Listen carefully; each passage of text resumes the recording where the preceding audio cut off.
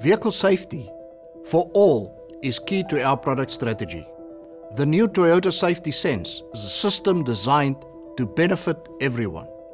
Can you imagine a world with no traffic accidents, no fatalities, and no injuries caused by vehicles? That's Toyota's long-term aim. Because safety is our priority, these sophisticated technologies are not limited to our top-grade models.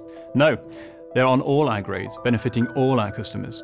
We are now introducing new functions giving even greater protection for both Toyota drivers and other road users. The pre-collision system can detect pedestrians during both daytime and nighttime, as well as cyclists on the road ahead during daytime. The full-range adaptive cruise control has been improved with smoother acceleration and deceleration. The new intelligent adaptive cruise control makes it easy for the driver to adjust the preset speed in line with speed limits recognised by the road sign assist. The lane departure alert is improved, able to recognise the road margin on straight roads without markings.